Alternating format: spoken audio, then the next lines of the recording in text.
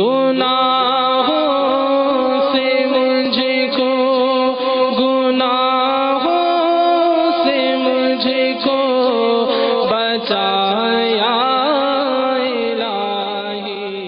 سب سے بڑا گناہ، کبیرہ گناہ، اکبر الکبائر، اسے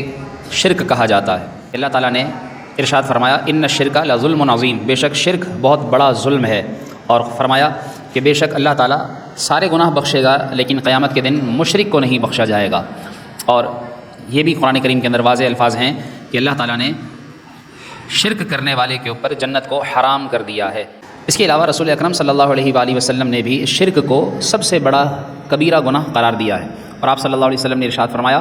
ہلاکت میں ڈالنے والا گناہ ہے تو وہ شرک ہے، یعنی یہ ایسا گناہ ہے جو ایسی ہلاکت میں ڈالے گا جس کے بعد نجات کوئی نہیں۔ بعض دوسرے گناہ، کبیرہ گناہ ایسے ہیں کہ جن سے ہلاکت تو ہے لیکن ان سے بخشش کی امید بھی ہے، ان سے اللہ رب العالمین کی طرف سے معافی ملنے کی امید بھی کی جا سکتی ہے، لیکن شرک کی معافی کی بھی امید نہیں ہے۔ اللہ رب العالمین کی ذات میں یا اس کی صفات میں یا اس کی عبادت میں یا اس کے کاموں میں کسی اور کو شریک ٹھہرانا، یہ چار طرح کی چیزیں ذہن میں بٹھا لیجئے۔ اللہ کی ذات میں شرک کرنا، جیسے کوئی کہے کہ جس طرح اللہ تعالیٰ خدا ہے ایسے ہی کوئی اور بھی خدا ہے، جیسے کافر اپنے بتوں کو اپنا معبود سمجھتے ہیں، اپنا خدا سمجھتے ہیں، یا جو مشرکین تھے وہ بھی بتوں کی پوجا کرتے تھے، انہیں اپنا خدا سمجھتے تھے، تو یہ ذات میں شرک تھا۔ یہ ذات کا شرک ہے، یہ اس شرک کی پہلی قسم ہے۔ دوسرے نمبر پر کہ صفات میں شرک کرنا، یعنی اللہ تعالیٰ کی کتنی ساری صفات ہیں، جیسے وہ سنتا ہے، جیسے وہ دیکھتا ہے، جیسے وہ زندہ ہے، جیسے اس کا علم ہے، جیسے اس کا ارادہ ہے، اس طرح کی جتنی صفات ہیں یہ اللہ رب العالمین کی ایسی صفات ہیں کہ اگر ان صفات میں کوئی کسی اور کو شریک کرے اللہ کے ساتھ، کیا مطلب شریک کرنے کا؟ ایسا سمجھے جیسا اللہ سنتا ہے ویسا کوئی اور بھی سن سکتا ہے یا سنتا ہے، تو اللہ کے برابر لے آیا، یا اللہ کو بندے کے یا کسی اور کے برابر لے جائے کہ بندہ جیسا سنتا دیکھتا ہے ویسا اللہ سنتا دیکھتا ہے، تو اللہ کو بندوں کے برابر یا بندوں کو یا کسی بھی چیز کو اللہ کے برابر کر دینا، یہ صفات میں شرک کہلاتا ہے، کہ اس کی صفات جتنی بھی ہیں وہ ایسی ہیں کہ جن کے برابر کوئی نہیں آ سکتا۔ جس نے بھی جو صفت پائی ہے وہ اللہ کی عطا سے پائی ہے، اور اللہ نے کسی کے دیے سے نہیں، بلکہ یہ اس کی ذاتی صفات ہیں۔ وہ کسی کے دیے بغیر سنتا ہے، وہ کسی کے دیے بغیر دیکھتا ہے، وہ کسی کے پیدا کیے بغیر خود سے ہے۔ اللہ رب العالمین ہمیشہ سے ہے، ہمیشہ رہے گا۔ تو اس طرح اس کی صفات میں اگر کوئی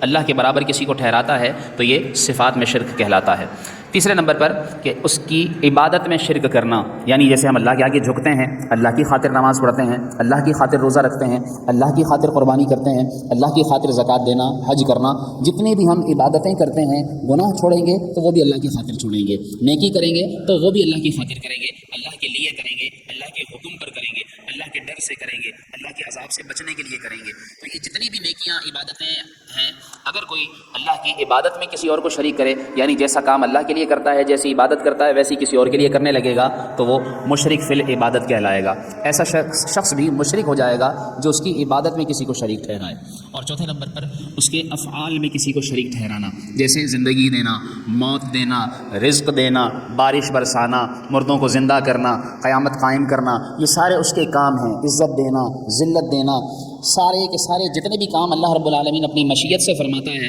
اس کے کاموں میں کسی کا عمل دخل ماننا، کہ کہنا کہ وہ بھی یہ کر سکتا ہے اور وہ ایسے کر سکتا ہے کہ اس کی مرضی کے بغیر کر سکتا ہے، اللہ کی مرضی نہ ہو اور وہ بھی کر لے گا، تو اس طرح اس کے کاموں میں کسی کو عمل دخل دینے والا ماننا مشرک فی الافعال کہلاتا ہے۔ جو ایسا سمجھے تو وہ بھی مشرک ہے، کافر ہے۔ تو یہ چار قسمیں میں نے آپ کے سامنے گوش گزار کی ہیں شرک کی، کہ اللہ تعالیٰ کے برابر کسی کو کر دینا یا اللہ کو کسی کے برابر کر دینا۔ اور وہ چار قسمیں کون کون سی؟ اس کی ذات، اس کی صفات، اس کی عبادت اور اس کے افعال۔